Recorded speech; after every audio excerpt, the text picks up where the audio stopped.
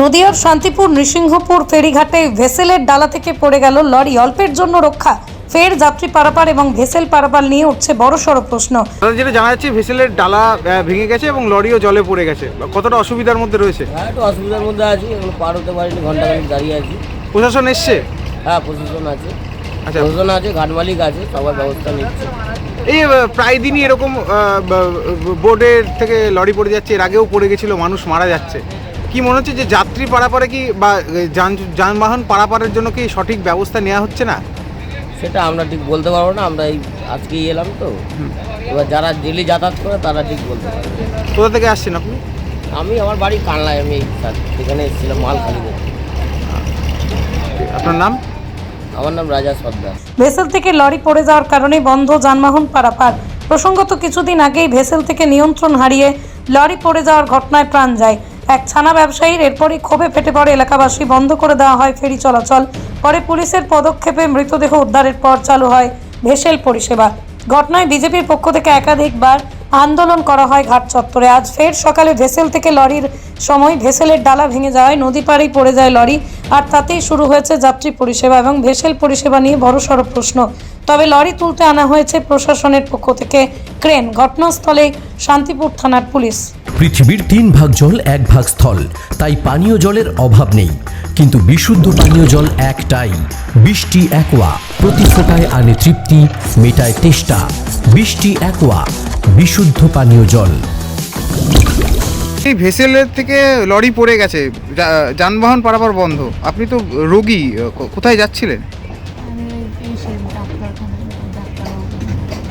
কতক্ষণ ধরে দাঁড়িয়ে আছেন? 8 ঘন্টা। অসুবিধা হচ্ছে? হ্যাঁ, একটু তো অসুবিধা হচ্ছে।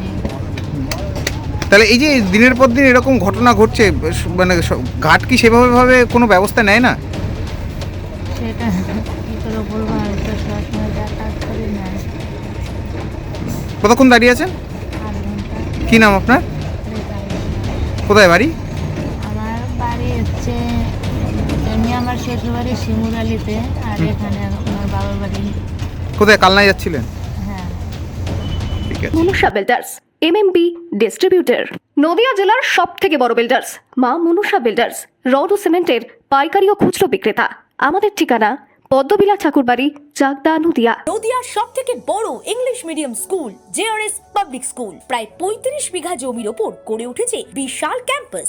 নার্সারি থেকে শুরু করে উচ্চ মাধ্যমিক, ITI college, law college, BEd college, ভর্তি চলছে জেআরএস পাবলিক। আপনি কোথায় ইনভেস্ট করবেন, কেন করবেন বুঝতে পারছেন না তো? সঠিক গাইডলাইন পেতে আজই আসুন নদিয়ার চাকদাতে নিবেদিতা প্রাইভেট লিমিটেডে। Nivedita private limited, marketing and distribution service. Balcony বা সিঁড়ির রেলিং, মডিউলার কিচেন বা ড্রয়িং রুম, এক কথায় আপনার স্বপ্নের বাড়িকে করে তুলুন আরো সুন্দর। Chakdah ply centre, gorgeous look বা কোয়ালিটি সবে 3 number 1 Chakdah ply centre. Chakdah ply centre, KBM, Chakdah, Nadia. হোমওয়ার্কটা করেছো? হ্যাঁ স্যার। এ বাবা, ভুল করেছো কেন? চোখে কেমন ঝাপসা দেখছি, লিখতে আর পড়তে খুব সমস্যা হচ্ছে।